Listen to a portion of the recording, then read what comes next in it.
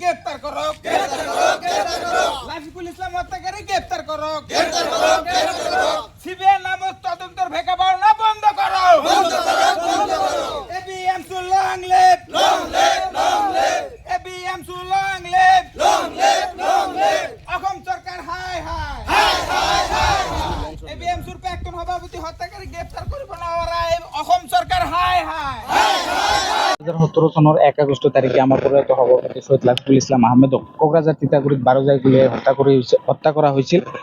আমি এতিয়ালৈকে 9 বছৰ উকলি গ'ল, এতিয়ালৈকে আমি ন্যায় নাপালোঁ। সেইদিনা আমাৰ কেইবাজনো বিধায়কে এছেম্বলিত কোশ্চিন উত্থাপন কৰিছিল। তাৰপিছত আমি চাবলৈ পাইছোঁ আৰু আমাৰ পৰ্বতজোৰাৰ 5 নং পৰ্বতজোৰা সমষ্টিত সন্মানীয় বিধায়ক আশৰাফুল ইছলাম ডাঙৰীয়াই প্ৰশ্ন উত্থাপন কৰিছিল। তেতিয়া আমি মন্ত্ৰীগৰাকীৰ উত্তৰত দেখিবলৈ পাইছোঁ যে 4 জন আসামী চিনাক্ত কৰা হৈছিল, তাত এজন জামিন লাভ কৰি আছে আৰু 3 জন পলাতক। এয়া কিন্তু BTC-বাসী বা অসমবাসী ৰাইজে গম নাপায় কোনজন ব্যক্তি জামিন লাভ কৰি আছে আৰু 3 জন ব্যক্তি যে পলাতক আপোনালোকে সকলোৱে জানে। আমি শুনিবলৈ পাইছোঁ এয়া এক ৰাজনৈতিক হত্যাকাণ্ড।